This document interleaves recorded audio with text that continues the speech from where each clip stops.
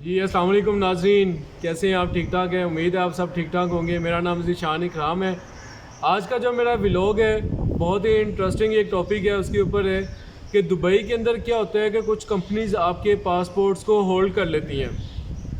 वो क्यों करती हैं, क्या ये लीगली है या नहीं है, इसके ऊपर हम लोग डिस्कस करेंगे। डिस्कस करने से पहले मेरी आप सबसे रिक्वेस्ट है जी, मेरे चैनल को लाजमी सब्सक्राइब करें, लाइक एंड शेयर लाजमी करें और बेल आइकन को लाजमी प्रेस करें ताकि हर आने वाली नई वीडियो आप तक टाइमली पहुंच सके और आपकी इन्फॉर्मेशन के अंदर इजाफा हो सके। जी तो नाज़रीन स्टार्ट करते हैं कि दुबई के अंदर क्या होता है, कुछ कंपनीज आपके पासपोर्ट्स होल्ड कर लेती हैं। उसकी रीज़न क्या है, वो क्यों करती हैं, पहले इसके ऊपर थोड़ा डिस्कस कर लेते हैं कि नॉर्मली क्या होता है कि लोग आते हैं दूसरी कंट्री से, लाइक पाकिस्तान, इंडिया, बांग्लादेश और दूसरी कंपनी से आते हैं और थोड़ी दूसरी कंट्री से आते हैं। तो वो क्या करते हैं कि स्टार्ट के अंदर तो बहुत उनको एक चार्म होता है, एक शौक़ होता है, एक जोश होता है कि यार हम लोग जा रहे हैं दुबई में, जाएंगे, जाके हमारा वहाँ पे पता नहीं क्या हो जाएगा, हमें कैसी जॉब मिल जाएगी, हम जाते ही इतने पैसे कमा लेंगे, ये कर लेंगे, वो कर लेंगे, वट जो भी उनके माइंड में चल रहा होता है। या दुबई के अंदर जाके बहुत बुलंद बिल्डिंग्स हैं, वहाँ का इन्वायरमेंट बड़ा ज़बरदस्त, और ये एंड दिस एंड डेट बहुत सी चीज़ें होती हैं जो उनके माइंड में होती हैं। और जो वो जब यहाँ पे आते हैं और तब वो वैसी चीज़ों को फाइंड नहीं कर सकते या वैसी चीज़ें उनको यहाँ पे प्रोवाइड नहीं होती, तो वो डिसहार्ट हो जाते हैं, थोड़े अपसेट हो जाते हैं। इसी दौरान वो क्या करते हैं, कोई कंपनी उन्होंने ढूंढी, जॉब मिल गई उनको, कंपनी ने उनको हायर कर लिया, ऑफ़र लेटर दे दिया। उसके बाद कंपनी ने क्या कर दिया, उनका वीज़ा प्रोसेस कर दिया। अब वीज़ा प्रोसेस के बाद भी वो इनिशियल डेज जो होते हैं उसके अंदर एक चलो शौक होता है कि यार एटलीस्ट हमें जॉब तो मिली है, इसके बाद हम देखेंगे फर्दर कोई और अच्छी जॉब देखेंगे, और इसी दौरान वो चलते रहते हैं, अपनी जॉब को कंटिन्यू करते हैं। अब जब उनका वीज़ा प्रोसेस हो जाता है, वीज़ा लग जाता है, सब कुछ हो जाता है, लीगली वो यहाँ पे रह सकते हैं, कंपनी के अंदर जॉब कर रहे होते हैं, तो वो कुछ टाइम के बाद उनको फील होता है या रियलाइज़ होता है कि नहीं यार, मैंने डिसीजन जो है ना वो गलत ले लिया, मुझे ये डिसीजन नहीं लेना चाहिए था, मैं तो अपनी होम कंट्री के अंदर बिल्कुल सेट था, वहाँ पे ज़्यादा सही था, इतने ही अर्निंग मैं वहाँ पे भी कर रहा था, मुझे वहाँ पे होना चाहिए। और सेकंड कुछ लोग होते हैं वो कहते हैं यार मैं बहुत ज़्यादा डिसहार्ट हो गया हूँ, या मेरा दिल नहीं लग रहा, मुझे अपने घर वालों की याद आ रही है। या कुछ मैरिड पर्सनस होते हैं वो कहते हैं जी हमारा जो बच्चों के साथ बड़ा प्यार था, मैंने जाना है। कुछ होते हैं वो अपने पेरेंट्स एंड रिलेटिव्स को लेके बहुत ज़्यादा वो डीपली इमोशंस होते हैं कि वो कहते हैं कि यार हम लोग यहाँ पे नहीं रह सकते, हमारा दिल नहीं लग रहा, हमने जाना है। या कंपनीज की कुछ सख्तियाँ होती हैं, कुछ उस वजह से भी होता है, कोई भी इशू हो सकता है जिसकी वजह से क्या होता है कि लोग अपना माइंड चेंज कर लेते हैं और वो कहते हैं कि नहीं यार हम लोग यहाँ पे सर्वाइव नहीं कर सकते, हमने जाना ही जाना है। और उस दौरान वो लोग क्या करते हैं कि वो फ़ौरन से अपनी कंट्री के अंदर मूव बैक कर जाते हैं। अब वो लोग तो चले गए, इनिशियली वो लोग जब आए उनका अपना नुकसान हुआ, उन्होंने वहाँ से वीज़ा लगी लिया, वीज़ा लेने के बाद उन्होंने एयर टिकट लिया, एयर टिकट लेने के बाद यहाँ पे आए, अपने रहने के उन्होंने एक्सपेंसेस पे किए।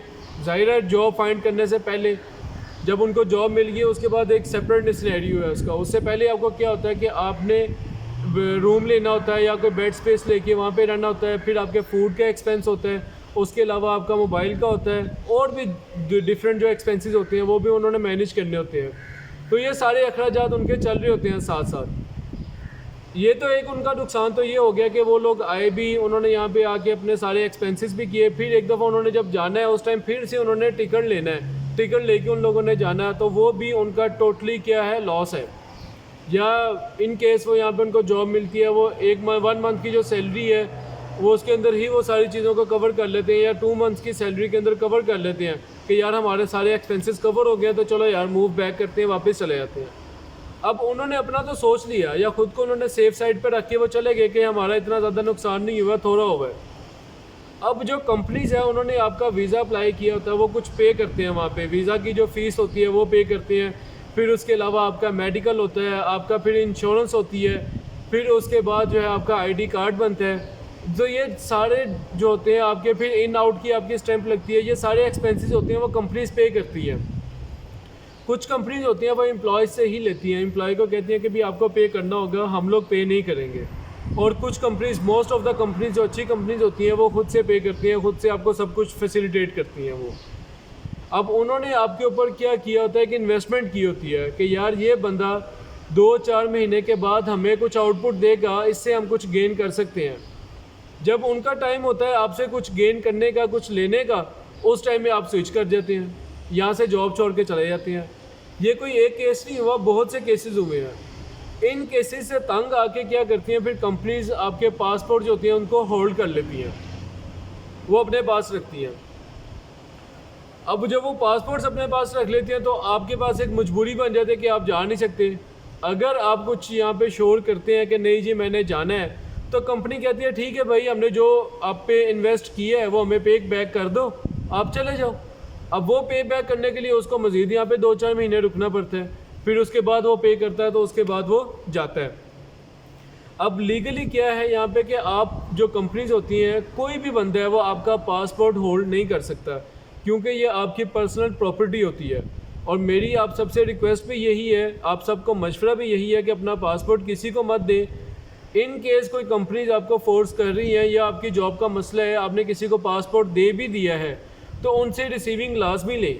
उनको कहें कि अपना जो ऑथेंटिक जो पेपर है आपका, जो भी आपका पेपर है उसके ऊपर, या लेटर पैड है आपका, उसके ऊपर आप हमें रिसीविंग उसकी दें, ताकि आपके पास एक प्रूफ हो कि भाई मैंने ये पासपोर्ट कंपनीज को दिया था अपना वीज़ा स्टैंप होने के लिए, और ये मेरा पासपोर्ट मेरी कंपनी वालों के पास है।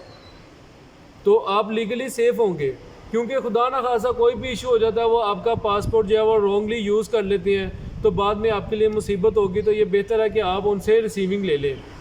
सेम इसी तरह क्या होता है आईडी कार्ड का भी है। जो आपको यहाँ पे आईडी कार्ड मिलेगा वो भी आपकी प्रॉपर्टी है, वो भी आप किसी को ऐसे मत दें। अगर आप किसी को आईडी कार्ड दे रहे हैं तो उसकी भी आप उसकी रिसीविंग लें, उसकी रीज़न पूछें, और जो ऑथेंटिक बंदा है उसको आप दें। लाइक गवर्नमेंट का कोई बंदा है, कुछ गवर्नमेंट के मामलात हैं, उसके अंदर आप उनको अपना आईडी कार्ड अगर वो मांग रहे हैं, उनको रिक्वायर्ड है, तो उनको आप दे सकते हैं। कोई और बंदा आपसे मांग रहा है, कंपनी या कोई और बंदा, तो उससे आप रिसीविंग लाजमी लें। रिसीविंग के बगैर अपनी कोई भी ऐसी चीज़, कोई डॉक्यूमेंट, अपना डिग्री, आईडी, पासपोर्ट, ऐसी कोई भी चीज़ आप किसी को मत दें। यहाँ का जो कानून है वो अब चेंज हो गया हुआ है कि कंपनीज या कोई भी हो वो लीगली आपका पासपोर्ट होल्ड नहीं कर सकती।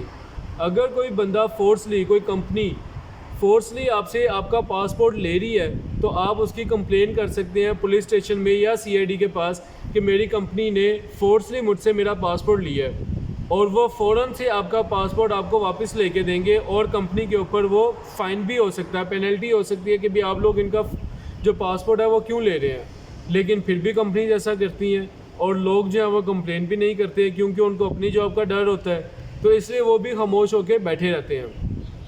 तो ऐसा बिल्कुल भी मत करें। सेकेंडली, अब जो कानून आ गया हुआ है यहाँ के, पहले जो था 2 तरह के आपके वीज़ाज़ होते थे। एक होता था आपका अनलिमिटेड और एक होता था लिमिटेड।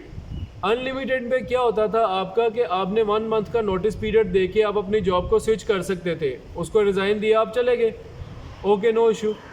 अब जो होता है आपके पास दूसरा वाला, जो अब हो गया लिमिटेड कॉन्ट्रैक्ट।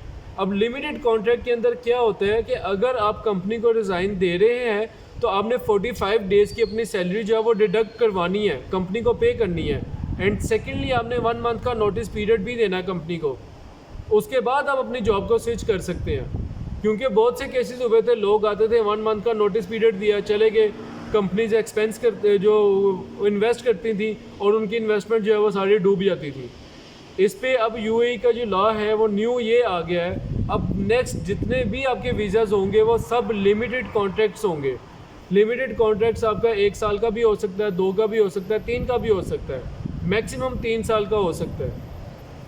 तो लिमिटेड कॉन्ट्रैक्ट्स के अंदर क्या होता है, एक तो आपके लिए क्या होता है कि आप जो एम्प्लॉयज़ होते हैं वो 45 डेज़ की जो होती है सैलरीज वो देते हैं, और 1 मंथ का नोटिस पीरियड देते हैं।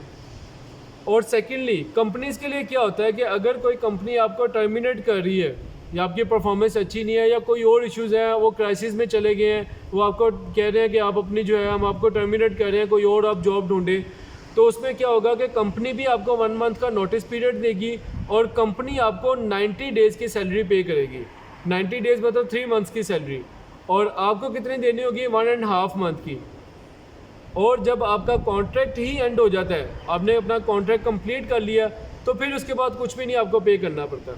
और एक और चीज़ आपको मैं बताता चलो, जब आपका कॉन्ट्रैक्ट एंड हो रहा है और आपने कंपनी के साथ दोबारा से कॉन्ट्रैक्ट रीन्यू नहीं करना, आपको कंपनी अच्छी नहीं लगी या आपको कुछ अच्छी जॉब ऑफर हो रही है, तो आप 1 मंथ पहले कि आपका जब कॉन्ट्रैक्ट जिस डेट को ख़त्म हो रहा है उससे 1 मंथ पहले आप अपनी कंपनी को एक ईमेल करेंगे, ऑफिशियल डॉक्यूमेंट भेजेंगे कि मैं अपना वीज़ा कंटिन्यू नहीं करना चाह रहा।